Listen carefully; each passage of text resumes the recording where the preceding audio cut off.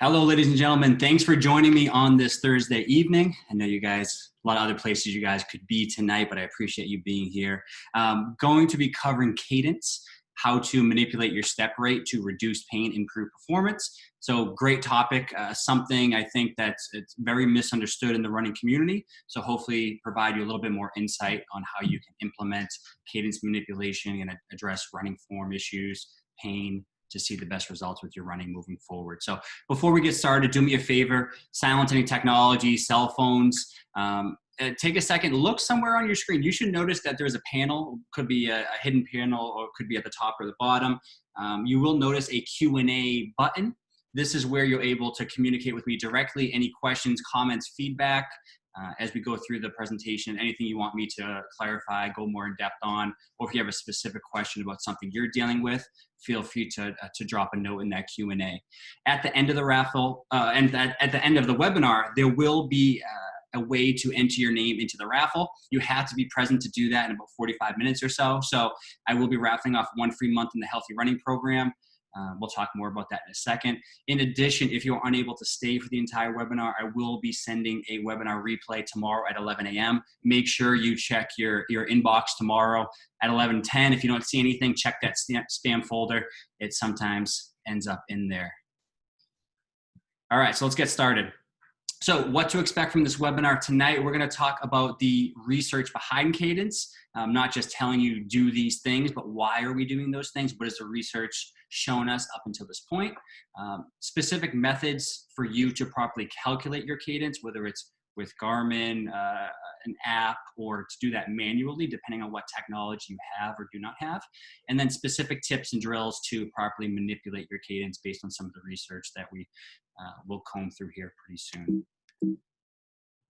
So before we get started, let me take a second to introduce myself. My name is Garrett McLaughlin. I'm a licensed athletic trainer and strength conditioning coach currently in West Bloomfield, Michigan.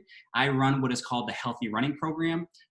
This program, again, doesn't matter what your goals are in terms of running, whether you're looking to get faster, move better, reduce the likelihood of injury, or recover from a running-related injury. We deal with all those things by incorporating different strategies like slow motion running analysis, movement assessments, strength training, whether that's in person or remote.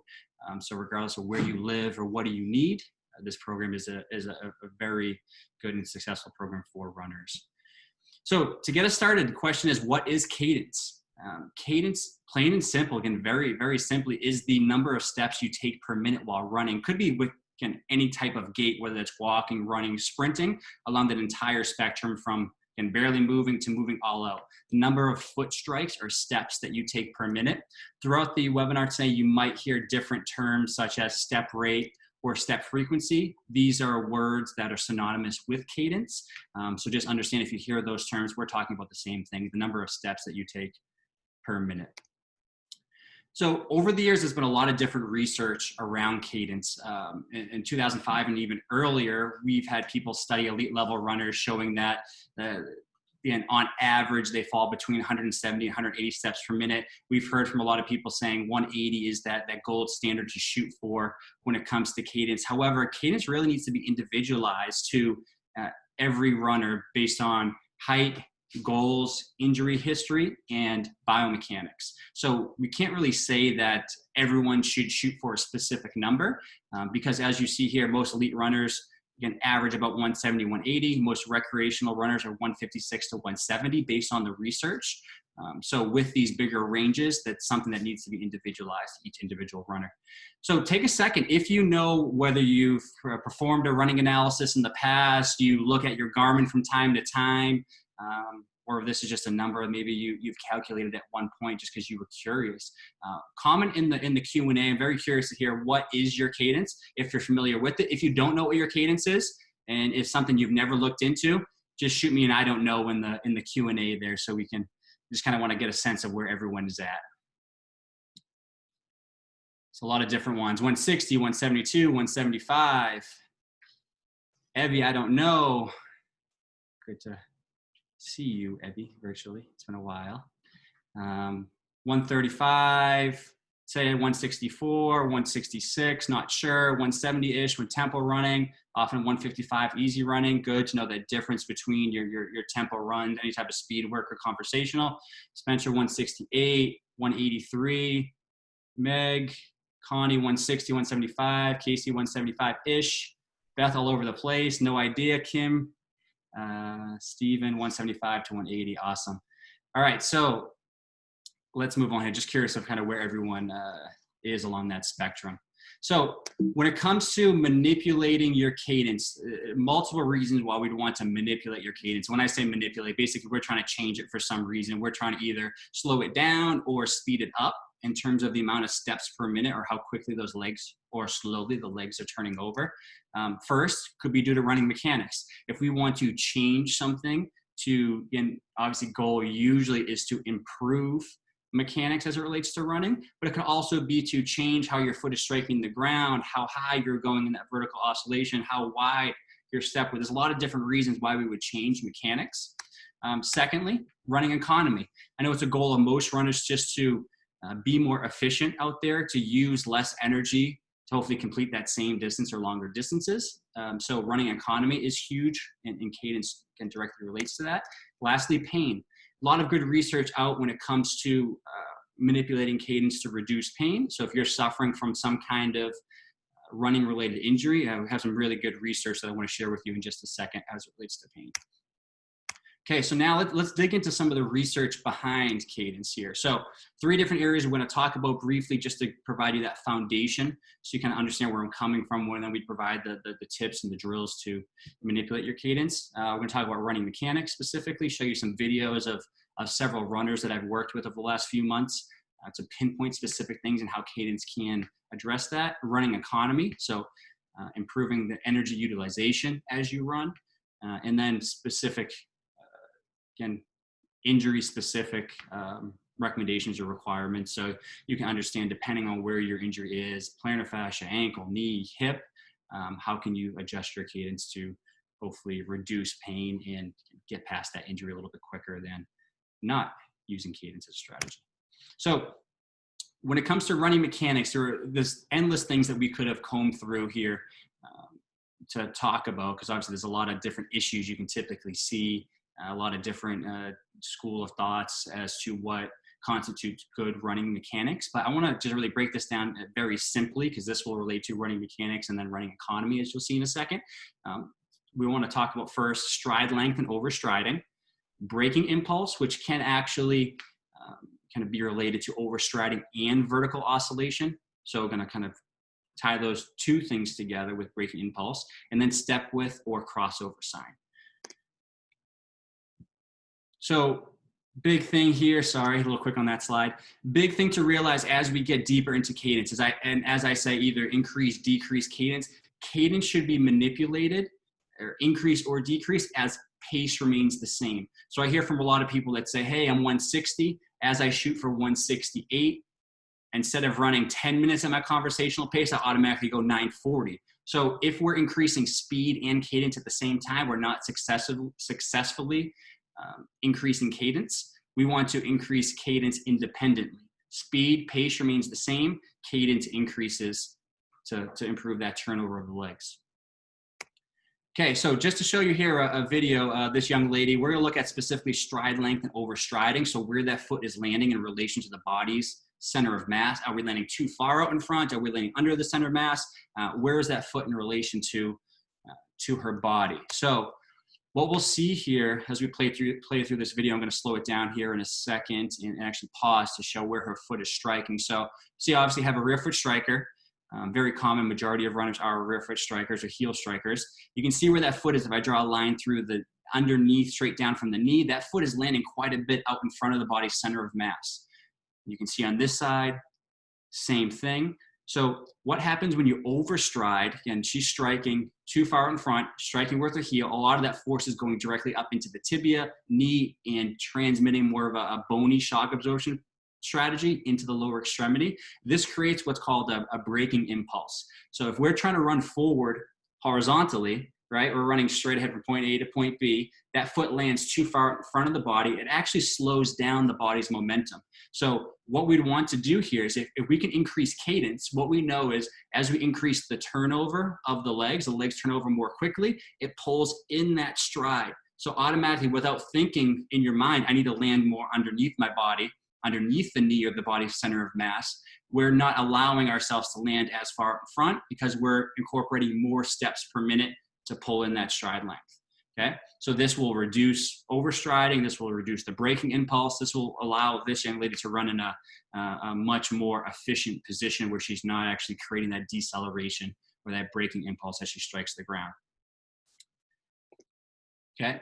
Now, next one here, looking at what's called vertical oscillation or vertical displacement. So these are those runners that you'll see here, that you'll see in this video very clearly. It's very bouncy up and down. Running very horizontal activity, we want to limit that vertical displacement. So as I draw a line through his head here, right at the top of his head, and we look at how much he translates vertically, right? Quite a bit. So the more his body is spending time going up, the more gravity in his body mass is going to be pulling down to increase those ground reaction forces, the amount of shock absorptions needed to withstand against the force when you run like that. So vertical oscillation is something we want to limit as much as possible. We want to spend more time moving horizontally than moving up vertically, because it's really not moving us in the direction that we're trying to move efficiently in, right? We need to still go up to some degree, but we want to limit the excessive vertical oscillation or vertical displacement that you'll see here. Going back to braking impulse, the more body weight that comes up, the more that is coming down. So that is actually decelerating or slowing down the horizontal momentum of the body, okay? So increasing cadence in this situation, if we get the legs to turn over more quickly, it won't allow the body to move as much vertically. We'll spend more time moving horizontally because we don't have the time in between steps to propel upward, okay? So cadence is a very good strategy to help reduce this vertical displacement and braking impulse from it. Now, next one, step width or crossover sign. All step width, just think of it exactly as it's written there. How wide your feet are landing in relation to your midline. So if we drew a line right down her center right now, that would be kind of the midline of her body, where are the feet landing in relation to that. Crossover sign, obviously, if that foot is crossing over the midline to some degree. Again, there's a lot of variability between what that means. But if we look at her running here, going to slow this down in a second. So you can see already how that leg swings out and around. She's a crossover runner, right? So as she comes and strikes the ground, if we draw a line, not the best line here, but try to draw a line somewhat straight down underneath, that foot is landing under that midline. So it's almost like she's running on a line in the ground, like she's running on a street line at all times. Those feet are directly under the body. So what this does, can stress a lot of different areas from the foot, plantar fascia, medial arch, Achilles, post-tib, knee, hip. I see a lot of different issues develop due to running too narrow. Some people have no issue. Other people, as you can see here, she's wearing a knee brace on her right side, the history of osteoarthritis. So if we can get her to land a little bit wider, we can reduce those stress on some of those tissues and joints, and then just overall run more efficiently. So by increasing cadence, what we're doing is we're not allowing her as much time to go and strike over the body. What we'll see later on is cadence reduces what's called hip adduction, which is the leg moving underneath the body. Rather than that foot being directly underneath the hip, the foot is landing more towards midline, and we can reduce that to allow a slightly wider step width. Okay, so when it comes to running economy, talked about this briefly a little while ago. Running economy is energy utilization at an aerobic intensity. So how much energy your body requires to successfully run at that speed or that pace. So different factors that influence or improve running economy. Tendon stiffness, first and foremost, is huge. So we want a healthy balance between enough range of motion at a joint and stiffness at the tendons that cross that joint, because tendons are used to store and release energy. If you think about a pogo stick, which we're going to talk about here in a second, pogo sticks get a nice stiff spring in that pogo stick. If you're jumping, compressing that spring, you can compress and then quickly explode. We want the right amount of stiffness, which is why we incorporate strength training, plyometrics, and other strategies, because that will translate to better running economy and storing and releasing energy, so your muscles don't have to create that energy on every single foot strike and push off.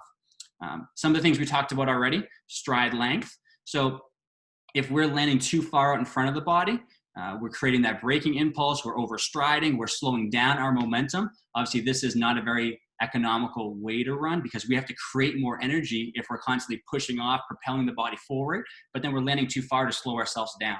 That's one of the most common things I see with most recreational runners is overstriding. Vertical displacement, same thing. If we're trying to move from point A to point B, nice, fast, efficient manner, but we're going too high, we're bouncing up and down, and a lot more force coming down into the ground to decelerate our horizontal motion. Then from there, ground contact time. So some of you may see this depending on what Garmin you have or what watch you're wearing. Sometimes there's little pods that you can put on your shoes.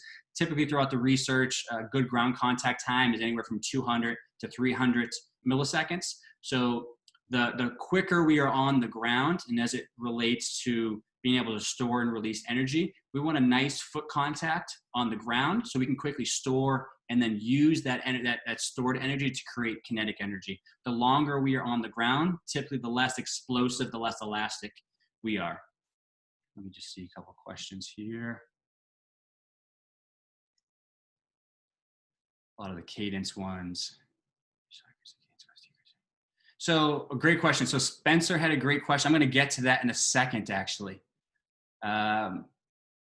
He said, would the initial increase in cadence cause a decrease in running economy? If so, how long does it take the body to optimize for a higher cadence? I'm going to talk about that specifically in a second. Yukio, great question. How is speed separate from cadence? So speed is very different than cadence. If we think of, let's think of a car for a second. So I used to drive an old, not old at the time, 1998 Honda Accord 5-speed car. So manual transmission, shifting gears. I could go 30 miles per hour in second gear with the engine going, we'll say 6,000 RPMs. Again, still going 30 miles an hour. Or I could shift the car into third gear and I could go 3,000 RPMs. Pace remains the same. The legs are just turning over more quickly. It's not saying that the car is moving any faster. The engine and the turnover of the engine, those pistons are moving a lot quicker. It's kind of like the pistons are the legs in this situation. Okay, so let's get on here. Running economy. So just to wrap up with this, just showing this spring, like I talked about the pogo stick, the first half of your support phase as that foot strikes the ground to when that foot is directly underneath your body, this is when your body is absorbing energy. So just like I mentioned, going too high vertically, overstriding is going to reduce the ability to absorb energy in that phase. Okay, so we want to really optimize the first half of that support phase to store energy with proper mechanics and shock absorption, landing in the right position. And then we want to use that second half of that support phase to really use these stiff tendons to store energy and then quickly release energy and turn that into propulsion. So when it comes to running economy, cadence plays a big impact on that, because we know cadence can, as we increase cadence, if you're overstriding, bring that stride in. If you're going too high vertically, we're going to reduce that vertical displacement. And as you increase cadence, we also increase stiffness of just the entire system. So using that stiffness to get off the ground quickly, store, release energy, and be efficient as runners. Okay, now as we get into some of the injury-specific research behind cadence, it all comes down to, as we compare step frequency, step rate, or cadence to lower extremity loads. So running is a very demanding sport, right? Some of the research shows anywhere from 2 to 6 times body weight is impacting the ground on every single foot strike. So if we think if you have some kind of overuse, maybe a bone stress injury or a tendon injury, a muscle injury, and we're always landing with that much force to irritate that tissue, that's something that can get to the point where we have to completely step away from running. We need to rest completely, or that's going to lead to some kind of injury that's going to completely sideline us. So when we look at the loads when it comes to running, Increasing cadence actually reduces the magnitude of each individual load. What that means is if we are, think of cadence as steps per minute, in 1 minute, we're taking 160 steps. I'll just use it as an example. And we go and increase our cadence to 168 steps per minute, which is a 5% increase in cadence. We're still covering the same distance, right? Distance, body weight, all that stuff never changed. So the total load that you're putting on the body, the cumulative load, is exactly the same, but we're dispersing the load over 8 more foot strikes. So instead of this much load on every single foot strike, we're taking more steps and we're only loading this much. That is the difference usually from again, running in a way that's pain-free to overloading a tissue. That's why cadence manipulation is so recommended when it comes to pain, because as we increase cadence, we're reducing the load on specific areas of the body. So this is helpful to reduce the risk of developing bone stress injuries, specifically at the tibia. We've seen through a lot of research, and other running-related injuries, plantar fasciitis, Achilles tendinopathy, patella tendinopathy, and some hip injuries as well.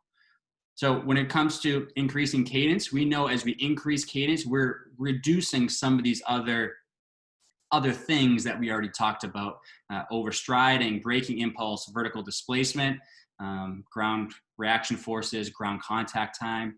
So we'll kind of jump into that here a little bit more. And then a great quote that I took from this article is this is a very popular article when it comes to cadence and running related injuries. Although several injury risk factors have been suggested, the inability to adequately control the loads applied during initial stance, so in that beginning part when you strike the ground, is often identified in the focus of injury prevention programs. So if we can help reduce or better dissipate the loads as we strike the ground with 2 to 6 times our body weight, this tends to be kind of the key as it relates to injury prevention or injury reduction, since we can't necessarily prevent injuries from happening altogether. So some very interesting numbers here. So if we look specifically at the foot and ankle, those of you that have suffered with some kind of foot injury, plantar fasciitis, neuroma, bone stress injury, metatarsal injury, increasing cadence by 5% will reduce the loads in that plantar area by 2.5% to 8%. So it doesn't seem like anything drastic, but if we think of overrun, if we're reducing the amount of load on a sensitive tissue, something that's it's starting to act up, it's achy, it's painful, or you're recovering back and returning to run after an injury in that area, just by reducing loads there could be the difference in getting away from pain or reducing your pain and then continuing to run.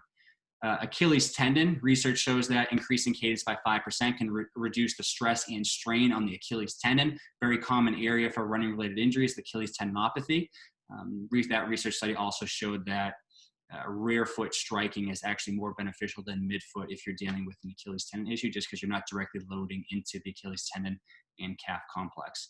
The knee is the research on the knee is the best. So I actually get very excited when I hear people are suffering from some kind of overuse knee injury, whether it's patella tendinopathy, patellofemoral syndrome, IT band syndrome, because we know through the research you can significantly offload some stress on the knee joint and the surrounding tissues by increasing cadence.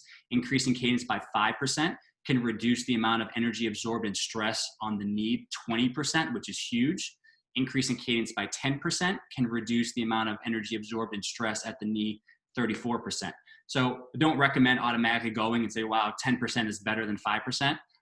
We usually look at mechanics, a lot of other factors here when we recommend cadence. So starting small, 3%, 4%, 5%, seeing what kind of change that makes, and then continuing to provide more recommendations or a further increase from there if we're noticing, wow, this really isn't having the impact. But usually 5%, the impact a lot of people feel by getting the legs to turn over more quickly at the knee is typically huge. At the hip, a little bit harder to see this reduction in energy absorbed and the amount of force in that area. Typically takes about 10% of an increase in cadence. So if we're looking at someone that's a 160 step per minute runner, 10% is 16 steps, 160 to 176. Bigger increase in cadence, a little bit harder to attain typically. But what we see by increasing cadence, less peak hip flexion, which means that total range of motion, but that hip coming up and flexing in front of the body is less. And then adduction. Why I want to include that was because we looked at the woman earlier that we saw that crossover sign. By increasing cadence, we can reduce that hip adduction and crossover to run in a more neutral position. This was a great table that I thought would really clarify for some people. So if we look here, we just look at the, again, preferred step rate or preferred cadence. This is what, if someone jumped on a treadmill, this is what they would automatically go to naturally without thinking about anything, without changing anything.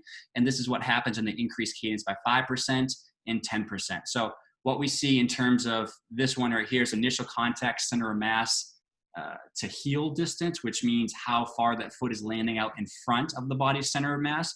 So from preferred 9.2 centimeters in front of the center of mass, if you increase cadence, you can see the difference, 7.8, 7.0 centimeters. So we're getting that foot to land closer to the center of mass rather than further away and overstriding. Vertical excursion or the vertical oscillation, you can see here start at 8.7 at someone's preferred cadence and then dropping down all the way to 7.3 centimeters. So instead of landing or going up 8 centimeters, 8.7, only going up 7.3. Again, might sound minute, 8.7 centimeters versus 7.3. In the end of 2 to 6 times your body weight and the amount of force and body weight coming down on that limb, it's something that does change the amount of load into the lower extremity quite a bit. Braking impulse, we talked about a couple times here. You see the difference, 306 newtons per square kilogram to 256. Again, big difference there. And then if we look at vertical ground reaction forces, difference as we go more so from your normal cadence to about 10% increase in cadence. RPE, so Spencer had a great question earlier. What we know through the research here is increasing your cadence, usually 0 to 5%. It's not significant in terms of feeling, or you don't have this perception of that feeling a lot harder. As you go to 10% cadence, we know that just through here, we're looking, the rate of perceived exertion is going to increase. However, the research shows that 0 to 10% increase in cadence, there's no additional metabolic cost to increase cadence between 0 and 10%. But if you exceed 10%, that's when your body actually has to create more energy. It's more costly to run above 10% above your preferred cadence. So even though in the beginning, yes, it feels harder to increase your cadence, as we see throughout the research, it doesn't cost your body any more. So this is just like a perception thing based on those legs are just having to turn over more quickly, even though more energy is not required to do so. So this is a big reason why I tell people don't automatically shoot for 180. I saw people in the Q&A here earlier saying they were at 150, 155. If we automatically tell that person to shoot for 180 and we're going 25, 30 steps above what they're doing right now, I mean, that's 15, 20% increase. So there's no gold standard number. It depends on you, where you are right now, your height, your mechanics, your injury history, and your goals, and then providing a cadence that's a little bit more specific to that situation. Okay, so we're going to jump and do a quick quiz. I know there's a question just popped up and to answer that in 1 second. So I'd like to add these little mini quizzes throughout the webinar. See who's paying attention, see who's eating dinner, or maybe has fallen asleep. Very simple 3 questions just to see what people remember here. So first question, cadence is the number of steps you take per minute steps you take per minute of running. Is that true or false? 2, increasing cadence has been shown to improve which of the following areas? Is overstriding, braking impulse, vertical oscillation, crossover sign, all of the above. Achieving a faster cadence above your preferred reduces the magnitude of loading during each foot strike. True or false? I'm going to look through the questions here for a second.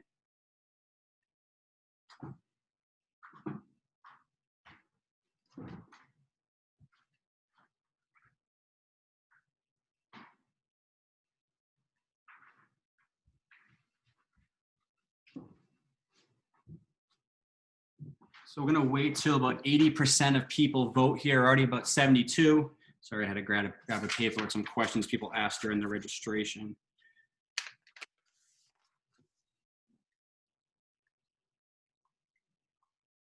Awesome question, Jen. We're going to get to that in a second. She asked how to actually change your cadence by a certain percentage, 10%, count your steps as you run. I'm going to talk about that specifically here in a second, so stay tuned. All right, guys, we have 81% of people have voted. Let's take a look here how well you did. All right, so pretty good overall. Cadence is the number of steps you take per minute. That is true. Increasing cadence has been shown to improve which of the following areas? Yes. One person said overstriding. Yes, it is overstriding as well. All of the above. We are improving all of those things when it comes to running mechanics. And then 3, achieving a faster cadence above your preferred cadence reduces the magnitude of loading during each foot strike. That is true. Pretty good overall. No one's sleeping yet.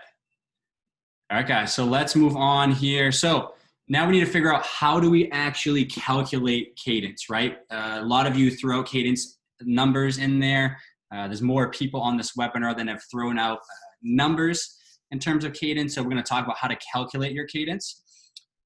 3 different ways that I recommend. One, Garmin is great when it comes to cadence, depending on which watch you have. Obviously, they range from pretty simple to very expensive. So depending on what you want to spend on a watch, but in the watch, there's some that can tell you cadence in real time as you look through your settings as you're running. Others, as you finish your run, you can look at the details or in the Garmin Connect app. Run Cadence app is what I recommend for a lot of people. It was an app created by a physical therapist out in Seattle, Washington that works with runners. Pretty much, it's $4.99. Download the app on your phone. You can test your cadence, and then you can use it as a metronome as well. So very good for testing your cadence. And then manually, again, old school, right? The old school methods never fail. We can count the number of steps per minute, and I'll talk about that here in a second. So I'm not going to explain this in detail. If you're someone that has a Garmin that has never looked at or used the metronome or the cadence feature in the Garmin, take a screenshot here for a second. So I think I'm on a Mac. I hope it's the same for everyone. Command-Shift-3, take a picture of the screen or watch the replay if you want to reflect on that again. You can use, after I finish my run, I can go click details and I can look to see what the cadence is, or I can go into the Garmin Connect app after that run is uploaded, now that everything's working properly. And I can look at max, average cadence, or look at that graph feature to see what my cadence is. So that's the first way. But I want you to dig into that on your own rather than taking time to go through and do that together, since not everyone's using a Garmin. The Run Cadence app is awesome. And this will be the same kind of setup, whether you're using the app to track and test your cadence or you're doing it manually. So what you would do would warm up for 5 minutes or so, fitness walk, dynamic warm up, run for 5 minutes at a conversational pace. That's the key thing with cadence. When you start, we want to look at cadence at a conversational pace and look at running mechanics at a conversational pace before we get fancy and looking at faster speed running, sprint, those types of things tend to complicate it a bit. So I usually start people at conversational pace running, whatever they would go out and run their normal long run at, whatever pace that would be. On this app, all you would do is select test or learn, hold it in your hand, run for 1 minute on level ground. After a minute, it's going to tell you, hey, you're 165, you're 172, you're 183. It will tell you your cadence there. Always recommend doing that twice just to kind of find 2 or 3 times, find an average number just to make sure it's consistent. Lastly, so Jen had a great question. How do you calculate cadence? This is the manual way to do it. Again, if we have Garmin or Run Cadence app, great to have technology to help us because we want a metronome as well. So if you're willing to spend, if you don't have a Garmin watch, if you're willing to spend that $4.99 to get the Run Cadence app, that would be, I think, a very smart move to test and also use the metronome feature. But if you do not want to, I know some people are really not into technology, like to get away with their running, warm up, fitness walk for 5 minutes, run for 5 minutes at your conversational pace, and then over 30 seconds. So you would actually set a timer somehow, whether it's on your phone that would beep and tell you when 30 seconds is, count the number of left or right foot strikes over 30 seconds, and then you'd multiply that number by 4, okay? That would tell you your cadence over a minute. So repeat that 2 or 3 times to, again, be as accurate as possible.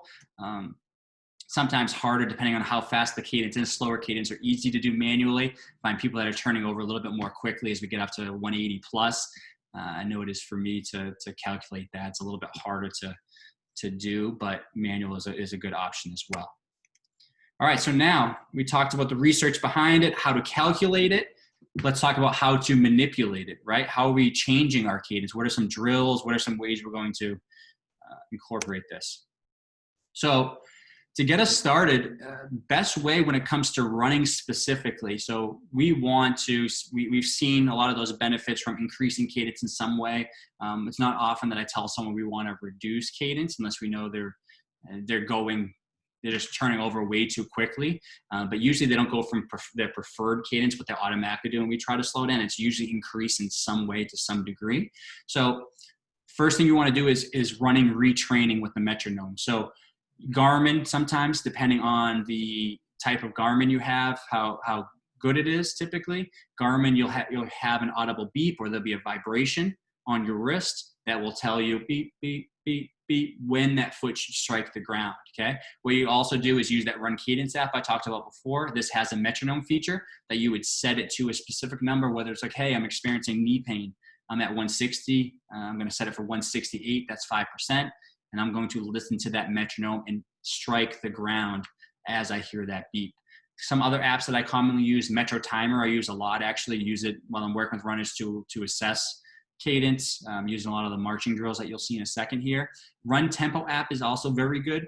Why I like this one is because you can adjust the sound, the loudness of the cadence and the metronome versus your music.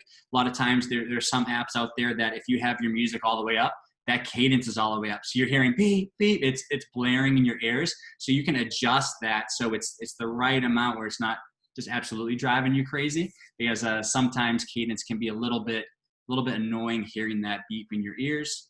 I don't mind it. A lot of other people really dislike it sometimes, but it keeps me in check, so I enjoy it. So what you would do is you would set the cadence to the desired number, whatever that may be, depending on where you're starting from, what your goals are. And then from there, coordinate your foot strike with that audible beep. Okay, you're trying to strike the ground as you hear that beep. But always remember, pace remains constant. Just like Yukio asked a little while ago, we don't want to increase cadence and also increase speed. So if you are, we'll say, for example, a 10-minute per mile runner, your cadence is 160. We say we're going to increase cadence to 168, and we check and like, oh, now I'm running 930. We didn't increase cadence. We increased speed, which increased cadence. So we want to run at that same minute per mile pace, but we want to increase the turnover of the legs, right? Think about the car. The engine is moving a little bit more quickly. Those pistons are driving more quickly to power the car, but your total speed is actually the same. Okay, very important when it comes to cadence. So we're gonna look at a video. These are some videos. Hopefully you can hear here. There is a beep behind there. Hope it doesn't drown me out. Sometimes it does. If it's drowning me out, someone shoot me a comment and let me know. So this is Chris right now running at 165 steps per minute on the treadmill. Great way to manipulate cadence.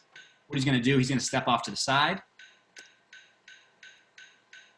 He's going to increase the cadence now to 175 steps per minute.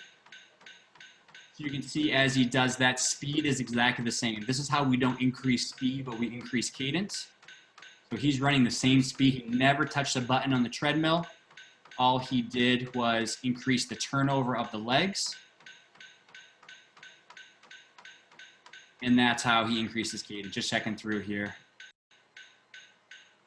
Any questions? So simple way when it comes to running and retraining. A lot easier, you can see.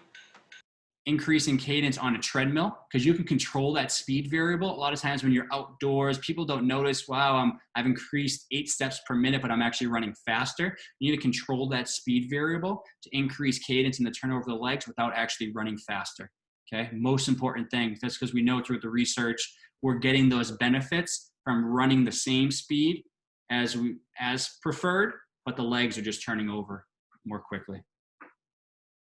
All right, so when it comes to running and retraining with the metronome, the key is starting slow and increase over time. We never want someone just to jump in and all of a sudden kind of go for broke with these big increases in cadence. Because what this does is actually change our mechanics to some degree. It changes how our body absorbs and dissipates force. So if you are someone who, we'll just say, for example, is running at 160 steps per minute, is a rear foot striker, increasing cadence to 180 steps per minute. Now that foot is landing much more underneath the body in more of a midfoot position. We change how they are distributing force from more of a bony absorption strategy to now really getting that plantar fascia, Achilles, and calf in the mix. So if you increase cadence too much, you can actually go too far and cause or sensitize some of these tissues and some of these joints. So we want to do small increments over time. Usually recommend if we're going from 160 to 168, go 164, learn that, make that feel natural for a couple weeks or a month if you need to, if that feels challenging, then go 166 and then go 168. Give yourself time to increase, because we also want to condition those tissues to respond in our favor rather than all of a sudden just load these tissues, but they're not ready. So this is a lot of times when I recommend people increasing cadence, we're also doing so alongside a strength training program. So because we know if they're landing this way now, we're increasing cadence, this is how their body's going to distribute for us. We're going to actually build some strength, some resilience now to prepare the body for that. Over time, use the metronome more often. I usually recommend people in the beginning, use it for some of your shorter runs. If you have a 2, 3 mile, 4 mile, 5 mile short run, depending on what you're training for, use it for those shorter runs early on. And then as you condition the body, then you can use it more often and start to integrate that into your longer runs. I'd never recommend just if you're going out there, you're doing half marathon training, you're already at 10 miles for your training, you have never increased your cadence before. I'd never recommend doing it for that long run. That could definitely create some kind of issue. Over time, I want you to connect with that metronome. I want this to be more second nature. So as you get into a situation with your race, if you're feeling like, man, I'm feeling sluggish, I'm tired, my knee, my foot's starting to act up. Okay, I know increasing 5% will help offload some force and some load into those areas. I'm going to increase my cadence. So you're a little bit more aware of what cadence is, where you're at, and how to increase, rather than always relying on a metronome. When it comes to cadence, you always want to recheck form periodically. There's never a situation where I give someone a recommendation here, I want you to increase 5% from 160 to 168, and you're done. We're going to look at form as they start to increase and become more comfortable achieving that 168. We're going to see how form changes. Sometimes you get to 168 and we notice, okay, there's still too much vertical displacement or too much overstriding. We're going to either provide other drills to address those issues, or we're going to go from 168 to 172 because we need a further increase in cadence to achieve that improvement in mechanics or economy. Okay, and then always remember, pace remains the same. Pace never increases here. Depending on your run, there could be specific cadences that you try to achieve depending on your pace. That's common. So if you're running at a 10-minute pace, that 168 is what we want you to shoot for. But maybe you're running at a 9:30 pace, and that cadence is 172. Or maybe you're running at a 8-minute pace, that cadence is 180. Cadence should increase as running speed increases naturally, but we retrain cadence at the same conversational pace. Okay, let me take a glance here at the questions. Okay, Bob. So Bob asked, how do you determine what speed to set the treadmill at? So the treadmill is you determine the treadmill speed based on your conversational speed. So conversational speed, typically about 75% of max heart rate. Whatever you go out and do your long runs at, and you can talk to someone comfortably, that's the speed I would set the treadmill to, as you're gonna go out there and just kind of cruise for a period of time. And that's what you would work on to manipulate cadence. So it's conversational there. I know some people have a hard time really knocking down or locating what is that conversational speed, but should be able to run for an extended period of time while carrying out a conversation. Okay, so next here, I'm going to let this one play for a few minutes. So just to show, it's a slow motion marching drill using cadence. Another video I did, actually with physical therapist Chris in Nashville, we did a big running analysis seminar and offering to people years back. So these are the videos we created from that. This is to show you how to use marching to increase cadence. Sometimes increasing cadence while you're running, you'll hit a roadblock like, wow, that's hard. So we usually start using marching drills to get people to improve the rhythm, the synchronicity of their cadence. And then at the same time, if we notice they're overstriding, we're retraining where their foot is striking in relation to the ground. We're retraining their arm swing, their posture, their step width. There are other things that we can incorporate into these marching drills as we work on increasing the speed. So I'm going to let this play for a second. It's a couple minutes long. Let me know if you can't hear it on your end. Be quiet on my end, but hopefully it's lower on yours. see here, 30 steps per minute. Slow, very slow. It's the slowest we typically go. Some metronomes don't even go 30. 40 is a general starting point.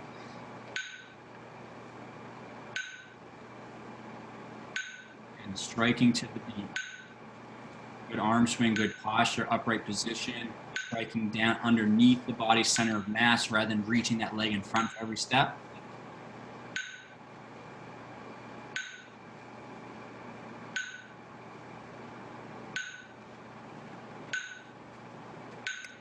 "45. A little bit faster. We'll have to work on that timing and coordination of every foot strike.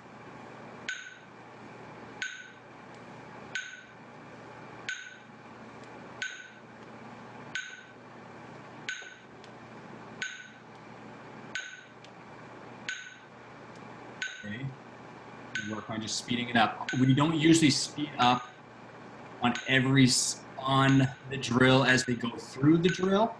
This is just to show you how you can use cadence at various speeds. So here, 60.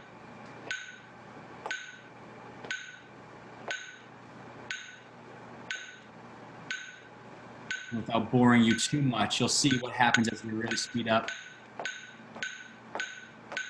Quite a bit faster here. We're probably at 105, if not 120.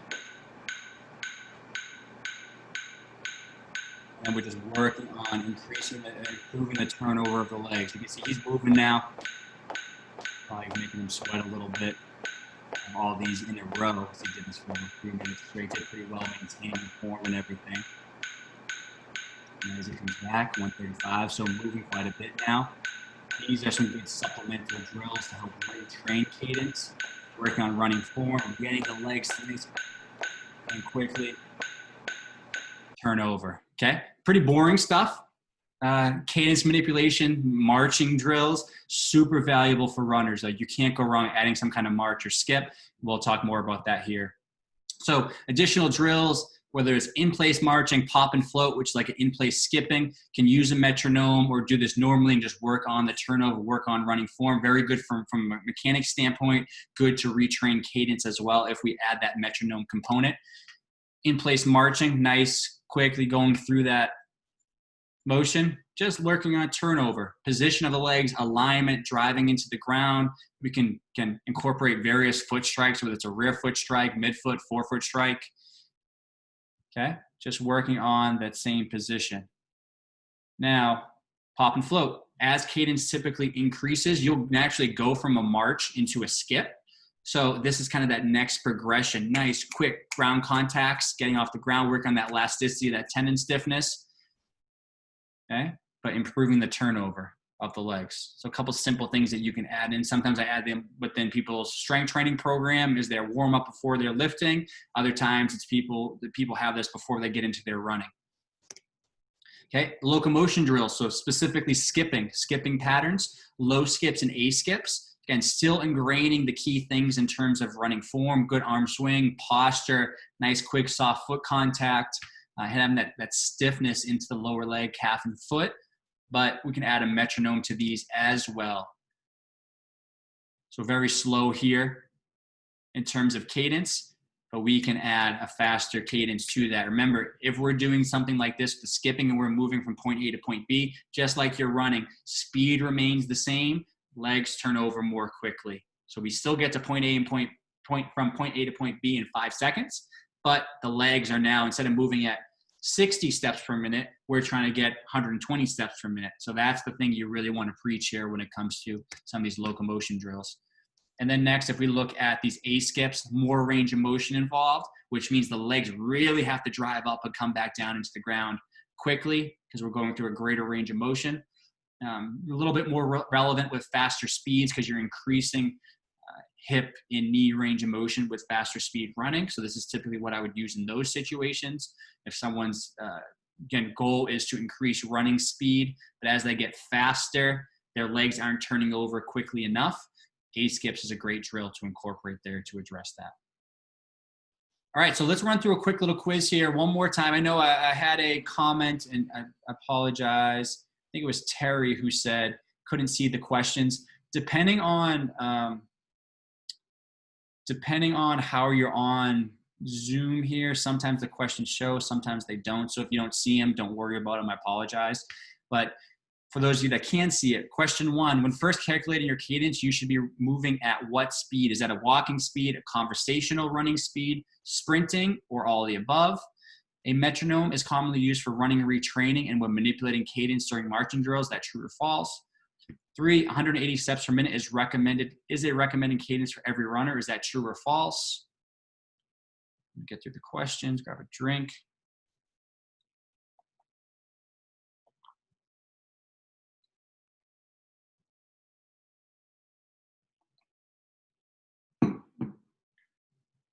So Richard, cadence 90 plus.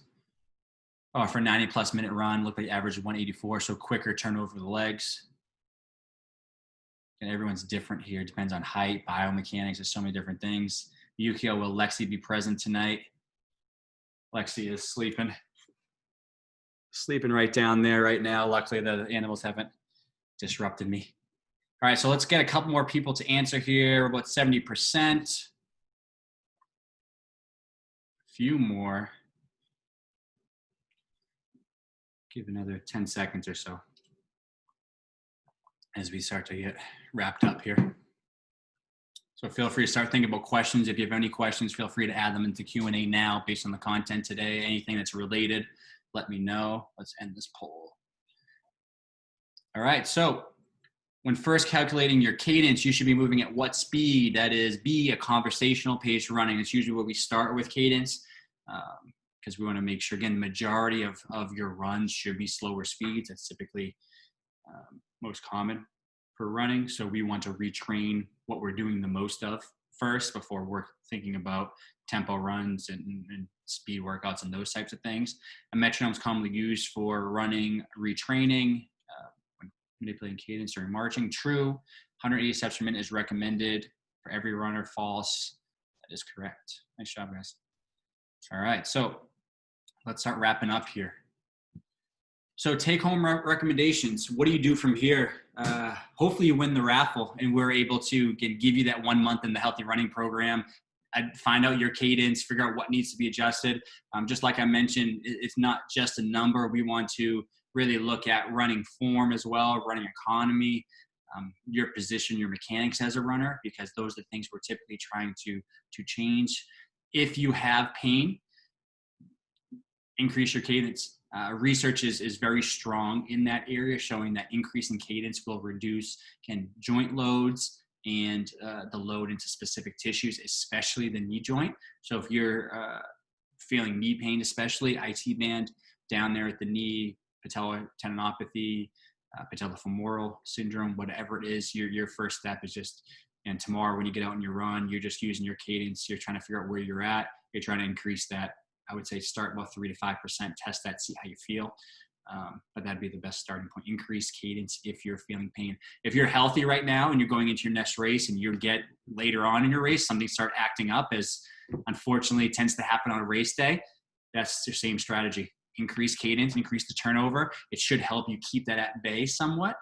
Can't guarantee it's going to completely do that, but it should have an impact. So biggest thing you need to do, again, we're looking at cadence as a metric right now. We need to look to see how it relates to mechanics and running economy, like I mentioned. So completing some kind of slow motion running analysis, whether that's me, I'd love to help you remotely or locally here in Michigan, finding someone in your local area, get on the treadmill, you want to record to see how mechanics look, what needs to change, complete an assessment, and then put all these pieces together rather than focusing on just bits and pieces at different times, connecting all of the dots to see the most success moving forward. Individualize to your needs, just like that one of those last questions. I'm not trying to just shoot for a random number. Where are you at now? Height, goals, injury history, what types, again, how much do you need to increase specifically if you need to increase? Some people may not need to. I've had a handful of people recently that they're like, and you're spot on, keep doing what you're doing. We're going to implement a strength training program to address some of these other weaknesses and things we see. But as a runner, keep going. More often than not, I see overstriding, high vertical oscillation, all those things that I showed you. So we tend to work on increasing cadence to some degree. But You really need to look at running form. Lastly, start slowly when introducing cadence. We don't want to sensitize anything or create an injury, an overuse injury, especially if you're in the later stages of training for a race. Be smart about it. Incorporate it on your shorter runs. Incorporate it maybe after you finish that goal race and maybe you're in more of an off-season training mode. Would be a smart time to introduce cadence rather than all of a sudden incorporating cadence on some of those longer runs and creating an issue in the process. Let's see here. All right, so good question, Spencer and Meg. I'm going to answer that in a second. So for those of you hanging out here, like I mentioned, going to raffle off 1 free month in the Healthy Running Program. What will help you do is analyze running form, identify weak links. So running analysis, movement assessment, doesn't matter where you are. I do this virtually and in person here in Michigan. And then based on that information, your goals, your injury history, what you're trying to achieve as a runner will help create you a specific running, retraining, strength training, injury prevention program just to address those weak things, become faster, more efficient, better mechanics, address any imbalances, asymmetries. So I'm going to raffle off 1 free month. So we're going to set up a poll just like I did before. In addition to that, I'm going to give away 3 spots in the Healthy Running Program. Again, same exact thing, running analysis, movement assessment, 1 month program to address those things. I'm going to discount that for those of you that are on here right now. I have 3 spots available at $50 off. So instead of $149, it's $99, and that's going to expire at the end of the week.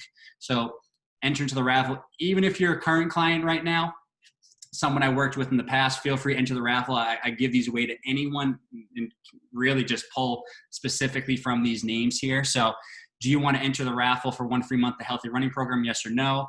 And then if you don't win the raffle, are you interested in talking about, I do not take on everyone as a client. You have to be someone that I know, hey, this is the right situation. I can help you based on your goals, based on your injury history.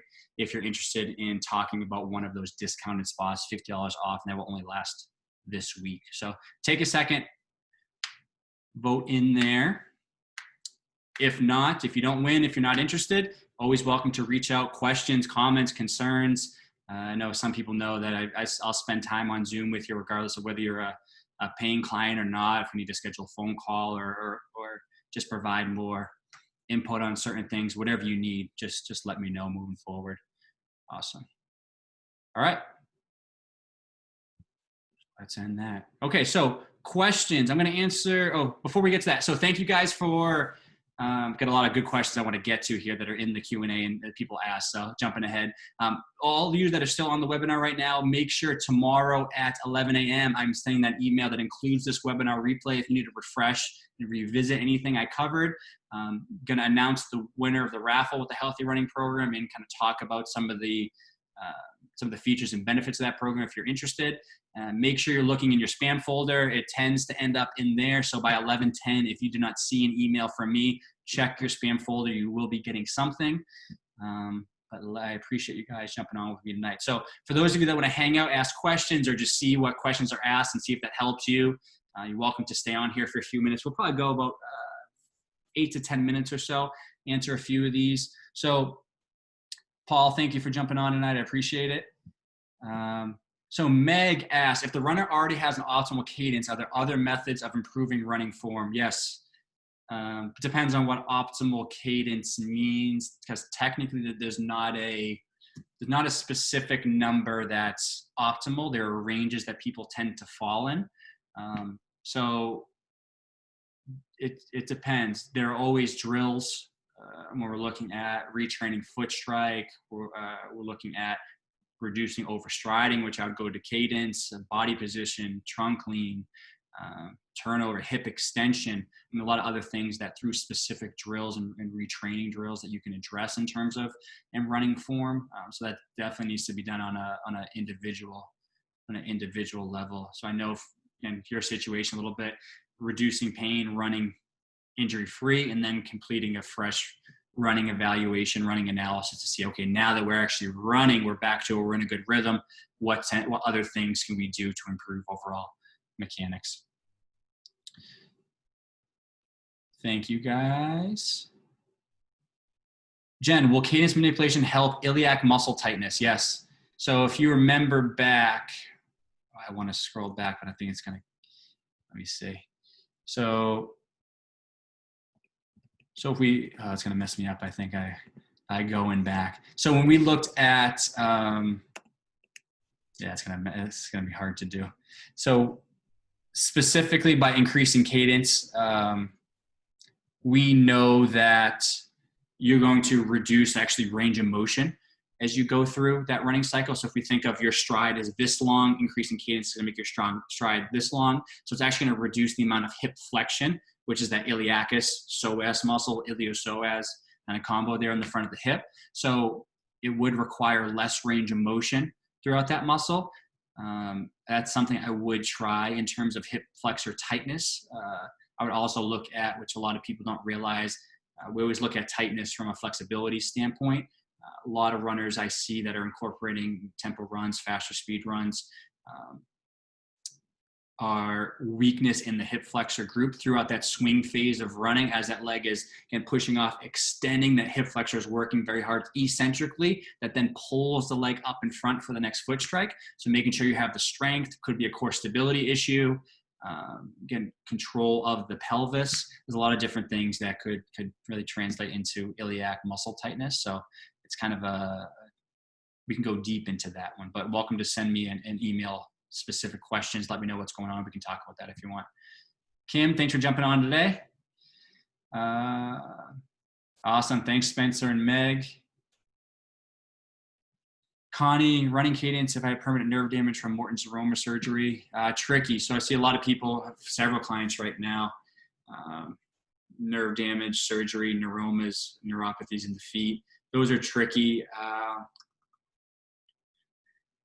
Hard to say. I would always try cadence. We know through one of the slides earlier, reducing the plantar loads. If we increase cadence 5%, reducing the plantar load, so the stress on the bottom of the foot, 2.4 to 8%, that might be enough to feel better while you run. But there are other things to think about, like mobility between the metatarsals, ankle mobility, great toe extension, a lot of other things that could actually be creating some issues down there through the and with that neuroma. So that's one you'd probably have to dig into a little bit more to give you better insight on. But I would start, 100%. I would try to increase cadence and see how that changes your pain. Obviously, it depends on the extent of the nerve damage, because at a certain point, your nerve's so slow to regenerate, and if that's due to surgery, hard to say long term how much that will improve. Cadence. Jen, do running shoe types affect cadence? Interesting question. Good question, actually. So actually, if you go through the research, we know that barefoot and minimalist, again, footwear or running actually, again, comes with it a faster step rate or cadence. So as you start to go and add more cushion, more rocker, more support, all of these things into it, we typically see people tend to slow down a little bit in terms of cadence. That's kind of a generalization I'm making based off the research on minimalist and barefoot running. So I think it's interesting. You probably will have possibly some difference when it comes to cadence. I don't know the extent of that, but we know that from barefoot and minimalist running. Any other questions? Feel free to drop a question in there. Let's see. Got a couple more people hanging out here. Trying to see how many left on here. I can't. There we go. Thanks, Casey. So a couple questions that were asked in the sign up for the webinar. So how to reduce stress on the hamstrings and not heel strike. I think that's especially the end, not heel striking. A lot of conflicting. I talked about this in my running mechanics webinar a couple months ago. Heel striking is not the devil. It's where that foot is landing in relation to the body. We know, yes, midfoot, forefoot might be a softer and soft tissue absorption strategy rather than bony of the heel strike. However, if majority of runners heel strike, the research shows anywhere between 85 to 92% of runners actually heel strike or rear foot strike. So we want to make sure we're not overstriding as we heel strike, because that will increase the stress up into the tibia, into the knee, and be more of a bony shock absorption strategy. But heel striking is not the problem typically. It's overstriding or some of these other mechanic issues that we see. A lot of people in this webinar ask, how do I prevent injury? I just want to say it right here. You're not going to. There's no way to prevent injuries 100%. You can do little things to reduce the incidence of injury, to reduce the severity of injury by, again, being a good runner, being smart, making good decisions, working with a running coach, working with someone that understands your mechanics and what you need in terms of strength training, rehab, those areas, and then not making big increases in terms of your running program, not running all of a sudden too fast or running too long before your body's ready to handle that. But there's no way to prevent a running related injury. Your goal should be to reduce the incidence or reduce the severity of, okay, because you're going to deal with something at some point. NJ had a good question: how to improve times and save my knees. Cadence obviously is, as we talked about, is great for that. 5% increase in cadence to reduce the stress of the knee 20%, and 10% increase in the cadence to reduce stress of the knee 34%. So super helpful when it comes to increasing cadence. Sandy, have always wondered if my stride is too short. Typically, you don't see people going too short. It really depends on a lot of other factors, but most people I see are overstriding in some way that we're trying to, again, reduce step length, stride length, and increase cadence, because we want that foot to land more underneath the center of mass, because that's a more efficient position to absorb force equally throughout the lower extremity rather than, again, a lot of excess force landing down there. Deborah, how to manipulate cadence to reduce hip pain. So like I mentioned before, we need to increase cadence a little bit more for hip pain, 10% it shows. So I definitely recommend smaller increases to build up to that, depending on where you're starting at, but then also completing some kind of movement assessment, because we need to identify any imbalances from side to side, what's the structure of the hip and the joint look like, and other form issues. So making sure we're looking at the complete picture and not just increasing cadence, because that's a bigger jump we need to make to, again, see that reduction in energy absorbed at the hip. Bob, how increasing cadence does not lead to faster running. Just like you saw Chris on the treadmill earlier in that video, pace needs to remain the same, and then you have your metronome, that metronome speeds up. If you have trouble, if you feel like, hey, I'm at 160, I'm shooting for 168, it might be 162 for you for a couple weeks or a month, and then it might be 164. Then you might realize, hey, this is really hard to get to that 168. My legs just don't turn over as quickly.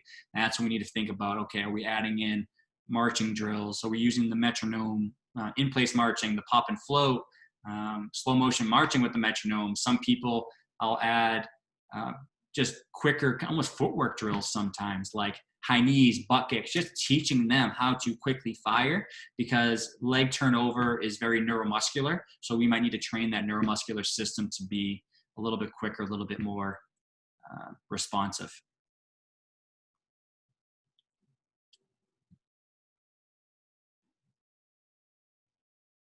Okay, guys, so just want to say thank you for those that are still on here. Somehow my panel moved to the top of the screen. No more questions. A few of you still hanging out, so again, I appreciate you taking the time here. I'll be announcing the raffle winner tomorrow. Stay on the lookout for the webinar replay. Any questions, anything I can help you with, feel free to reach out, and I appreciate you guys joining me here tonight. Thank you.